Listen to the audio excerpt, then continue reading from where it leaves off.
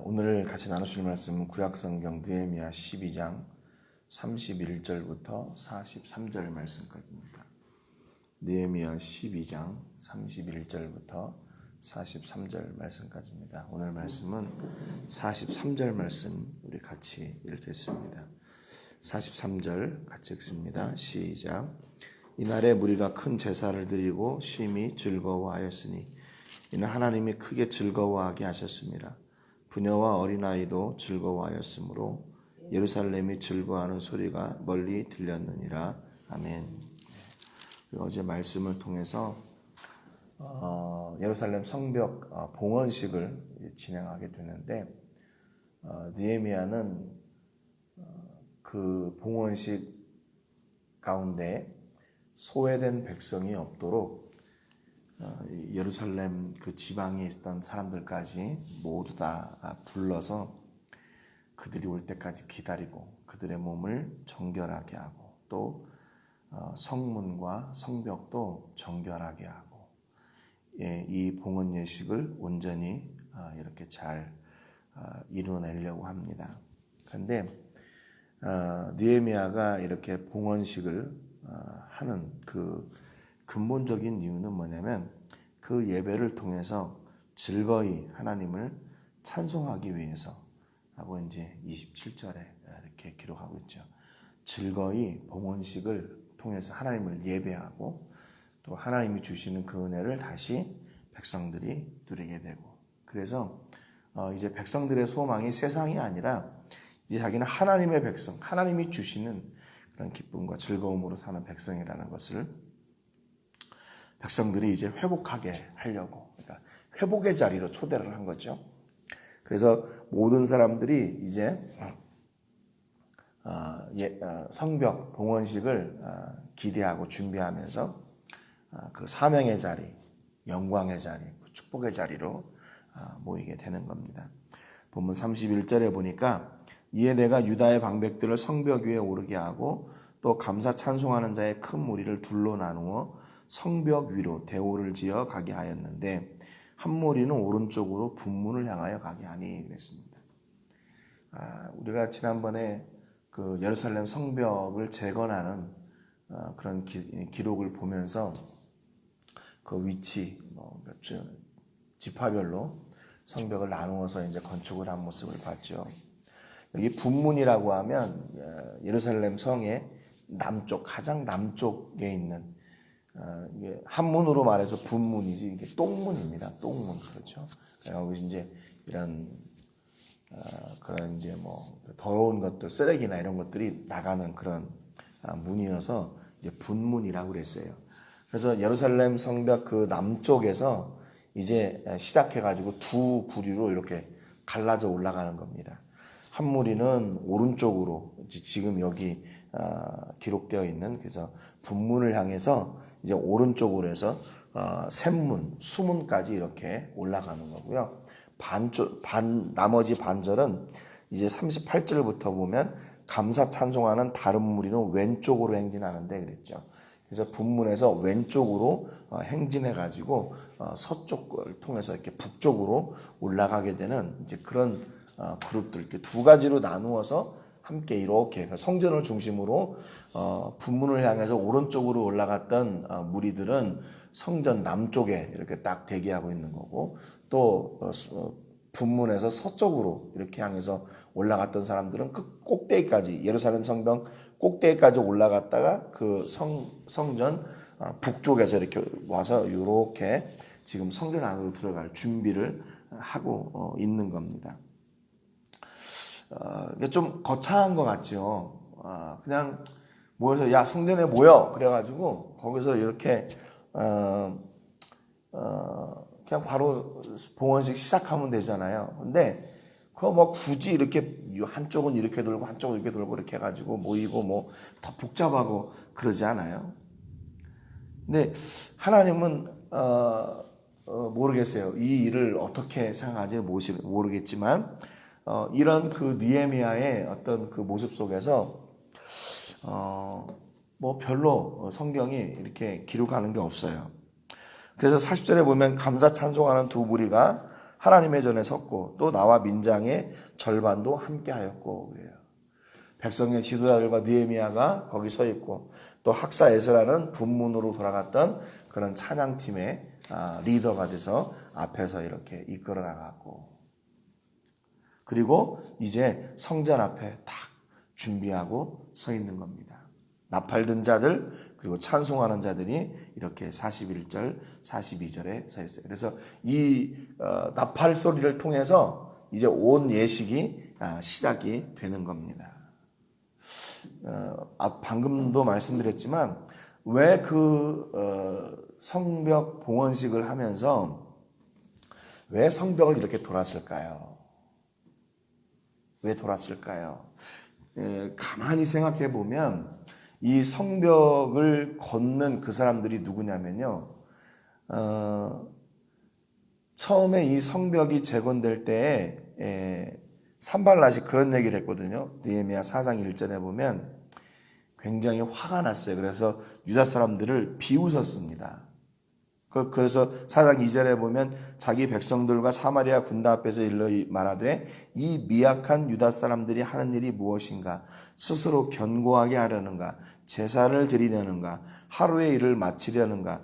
불탄 돌을 흙 무더기에서 다시 일으키려는가? 라고 비웃었던 그 일이 이루어진 역사의 현장을 지금 그 백성들이 걸었던 거예요. 느헤미야 4장 3절에 보면 암몬 사람 도비야 그 산발랏의 몸종이었는데 이렇게 얘기합니다. 그들이 건축하는 돌 성벽은 여우가 올라가도 곧 무너지리라. 그래서 야, 니네가 그 성벽을 짓는다고 거기 올라가야 여우가 올라가도 다 무너질 거야. 그렇게 조롱하던 성벽이었는데 어떻게 되세요? 이스라엘 백성들이 거기를 때를 지어 도는데도 견고한 성읍이 됐고 성전을 지키는 그 강력한 성벽이 되었어요. 그러니까 지금 이스라엘 백성들은 그 성벽을 걸으면서 어떤 생각을 했겠어요? 야, 이것이 그 산발랏과 도비야 그리고 이거 수많은 도전과 방해 속에서도 이 성벽이 재건이 되었다. 누구를 통해서요? 지금 그 성벽을 걷고 있는 백성들을 통해서.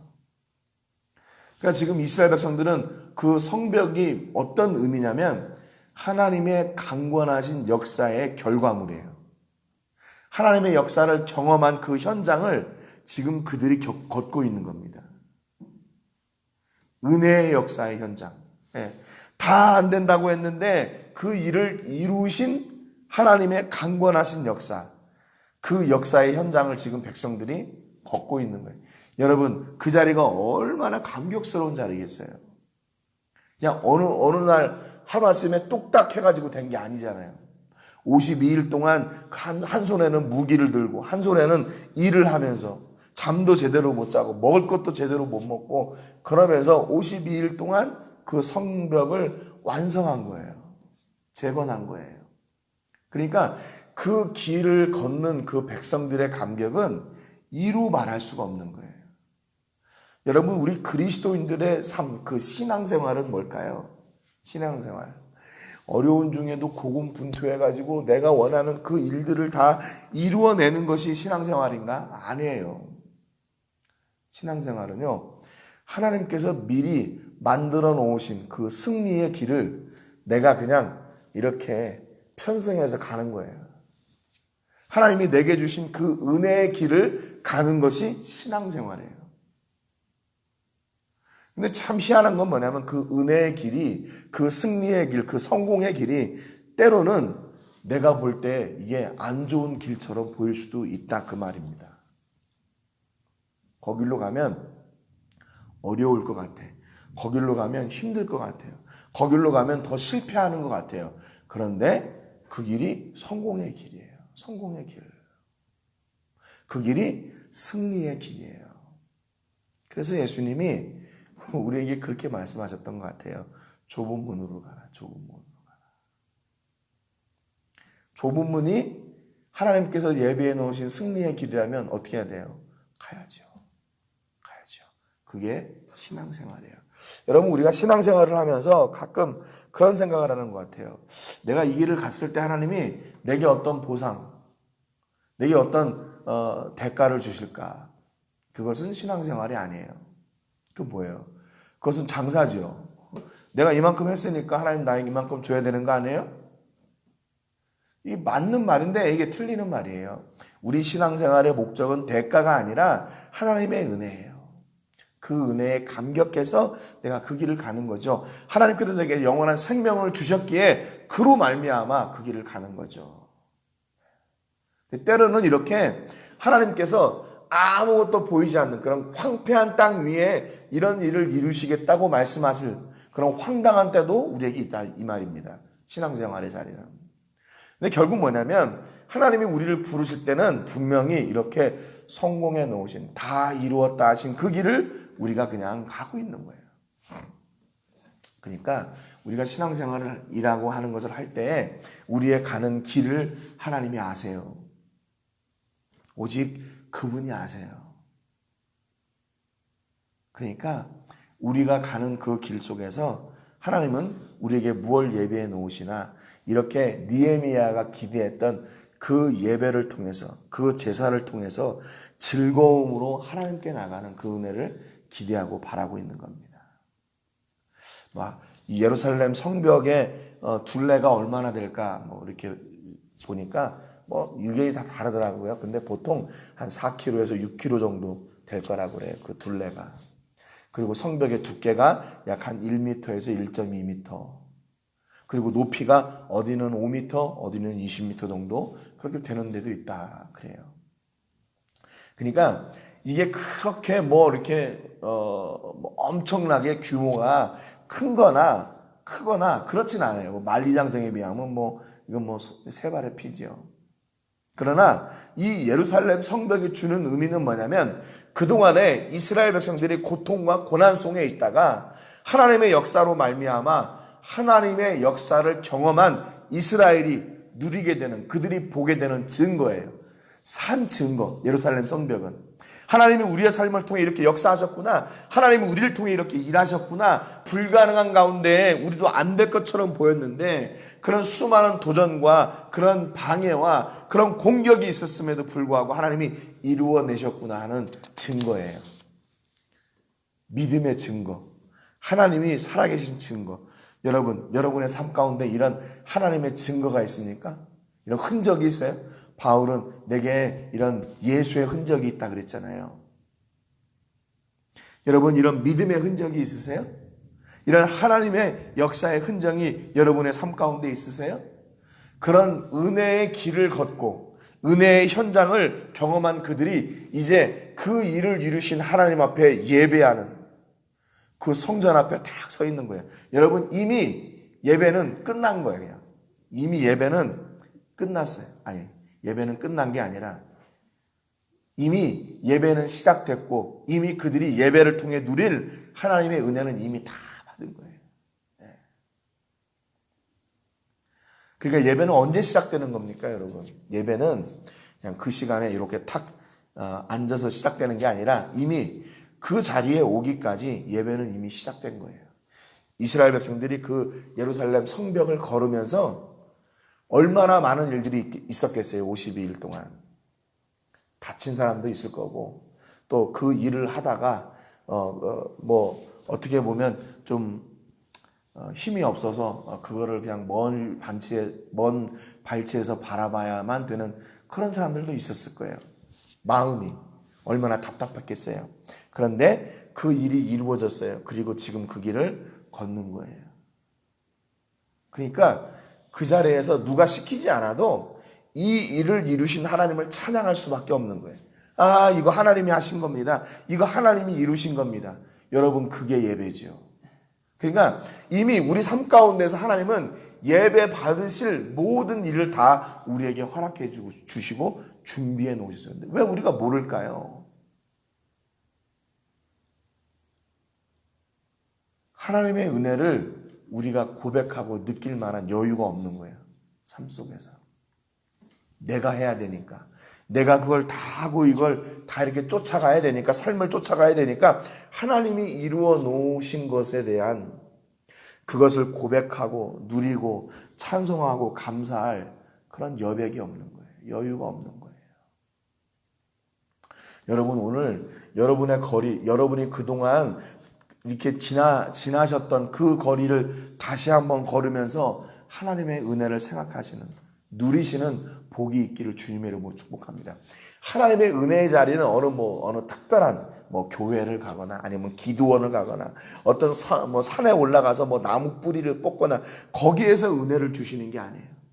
여러분이 그동안 그냥 이렇게 왔다 갔다 지나쳤던 그 자리가 무슨 자리냐?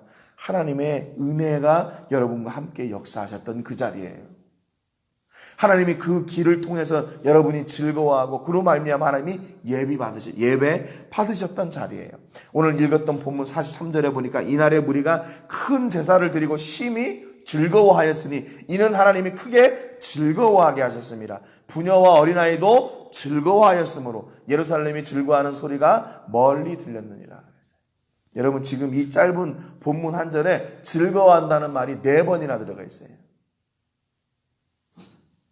앞서도 말씀드렸지만 느헤미야가 성전 봉헌식을 통해 어떻게 하려고 그래요? 즐거이 봉헌식을 하게 하려고. 느헤미야 12장 27절에 그랬어요. 예루살렘 성벽을 봉헌하게 되니 각처에서 레위 사람들을 찾아 예루살렘으로 데려다가 감사하며 노래하며 재금을 치며 비파와 수금을 타며 즐거이 봉헌식을 행하려 하며 그랬어요. 느헤미야가 이 봉헌식을 이루려고 하는 이유는 딱 한 가지예요. 이거예요. 예배를 통해서 하나님이 이스라엘 백성의 하나님이 되시고 그분은 이스라엘을 즐겁게 하시고 행복하게 하시고 기쁨을 주시는 하나님이시라는 것을 그 예배를 통해서 확인하고 경험하게 하려고 했어요. 우리가 세상에서는 그동안에 먹을 것이 없어가지고 자녀들도 다 종으로 팔고 빚내서 세금을 내고 이렇게 저당 잡혀가지고 밭도 팔고 포도원도 팔고 그랬지만 이제 그런 것이 물질이 우리의 즐거움이 아니라 우리를 이렇게 이 자리에 세우신 하나님이 바로 우리의 즐거움이야. 하나님을 예배하는 것이 바로 우리의 즐거움이야. 이것을 알게 하려고 했던 거예요. 봉헌식을 통해서 느헤미야가 얼마나 위대한 일을 했는지 그걸 자랑하려고 했던 게 아니에요. 이 일에 얼마나 많은 사람들이 수고를 했는지 그래가지고 이렇게 순서 그런 거 있잖아요. 누가 이번에 성벽을 재건하는데 헌금을 얼마나 많이 하시고 또 수고를 얼마나 많이 하고 인사하고 그런 거 하려고 했던 게 아니에요. 그 성전 봉헌식의 순서는 딱 하나예요. 뭐예요? 하나님을 찬양하는 거예요. 그거밖에 없어요. 무슨 하나님을 찬양해요? 그 일을 이루신, 그 역사를 이루신 하나님을 찬양하는 거예요.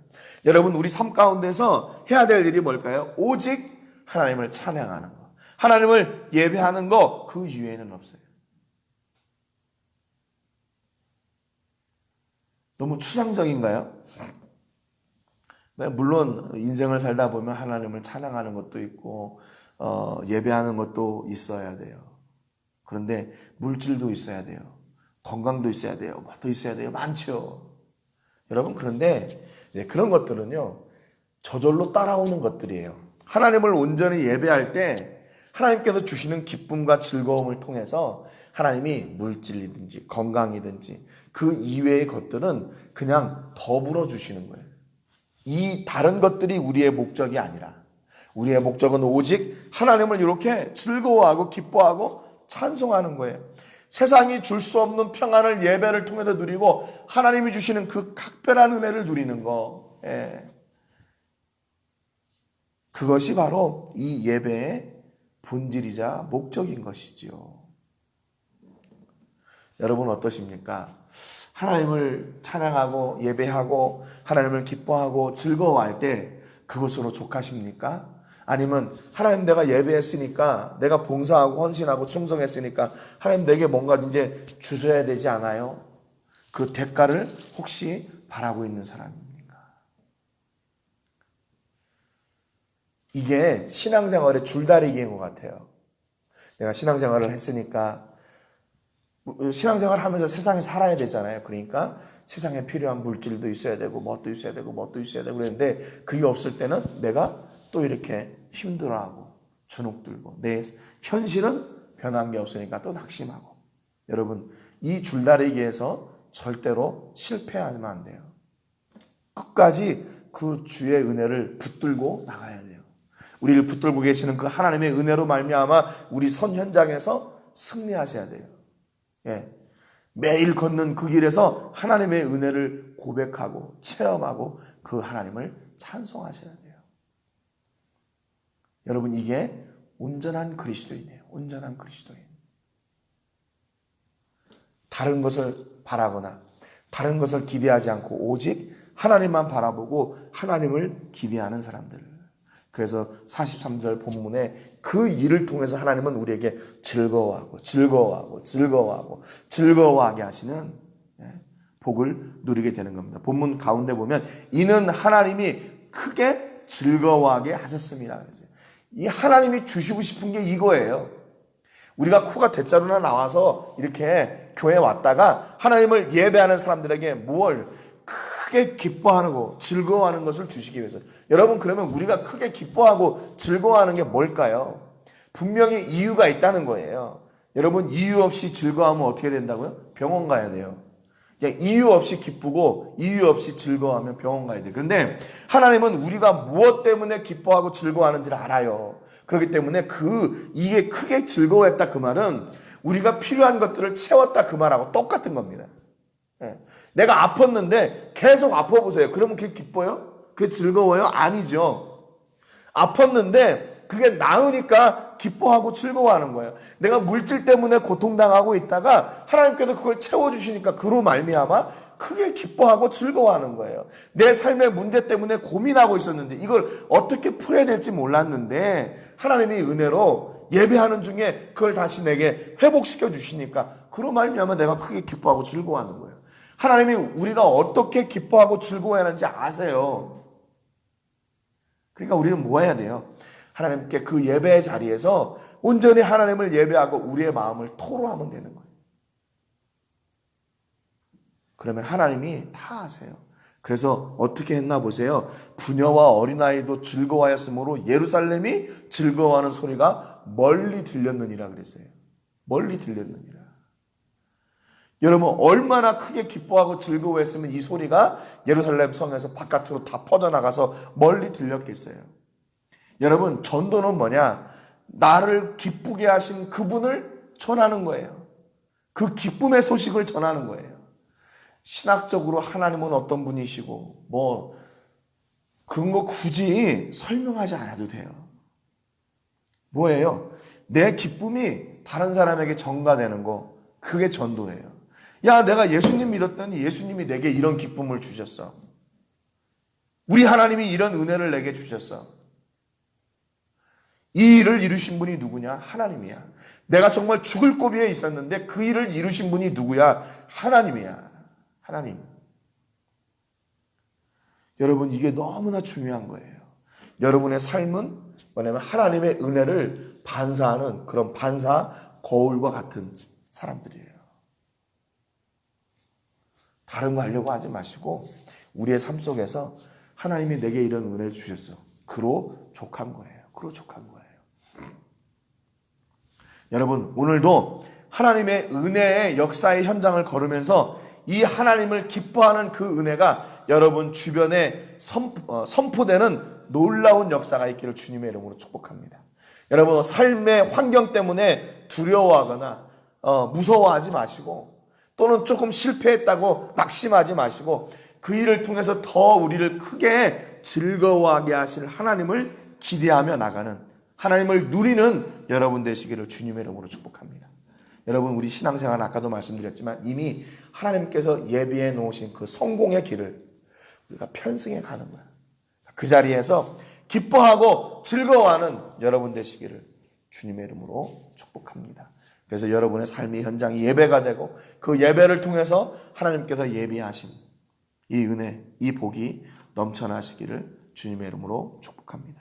오늘 기도하실 때는 양미란 선교사님을 위해서 기도해 주시기 바랍니다. 영육의 강건함을 주시고 우리 성령님의 인도하심에 민감하게 하시고 또 필요한 것들을 때에 따라 채우시기를 위해서 기도해 주시고 우리 코로나19 계속 위해서 기도해 주시기 바랍니다.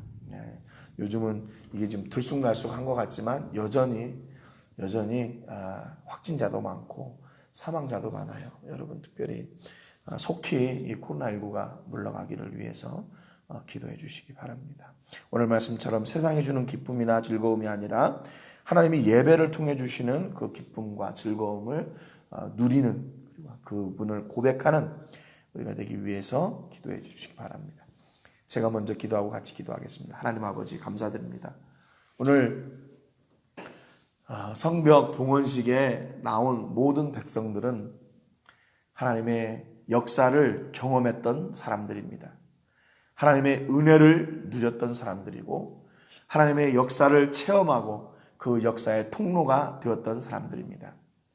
산발랏과 도비야 그 주변의 많은 이방 족속들은 이스라엘 백성들이 짓는 성벽이 여우가 올라가도 무너질 것이라고 조롱하고 비난하고 공격했지만 이스라엘 백성들이 그 성 위를 걷고 성전을 보호할 만한 그런 강력한 성이 세워졌습니다.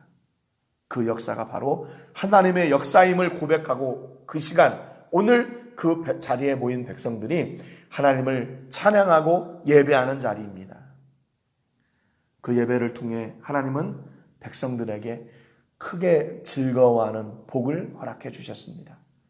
그로 말미암아 그들의 복이, 그들의 즐거움이, 그들의 기쁨이 그 주변에 선포되는 그런 놀라운 역사가 있었습니다. 하나님, 오늘 우리들에게도 하나님이 주시는 은혜가, 하나님 주시는 복이, 하나님이 역사하시는 그 역사가 우리의 삶을 통해 증거되고 선포되게 하여 주시옵소서. 우리가 환경 때문에 두려워하지 말게 하시고 이미 승리하신 그 하나님의 승리를 누리며 사는 저희가 되게 하여 주시고 그 은혜를 마음껏 고백하는 축복의 통로, 그 영광의 통로가 되게 하여 주시옵소서. 하나님 아버지, 저희가 전심으로 하나님을 바라보며 나가기를 원합니다. 세상의 문제 앞에 두려워하지 말게 하시고 낙심하지 말게 하여 주시고 그 모든 역경을 뚫고 하나님의 선하신 뜻을 이루시는 그 아버지 하나님만 붙들고 나가게 하여 주시며 그 길에서 우리가 하나님을 온전히 즐거워하게 하여 주옵소서. 이 은혜가 모든 식구들에게 넘쳐나게 하시고 자녀들에게 사업장에 직장의 캠퍼스에 넘쳐나게 하여 주실 것을 믿고 오늘도 우리 모든 식구들을 통해서 하나님 한 분만 홀로 영광받아 주옵소서.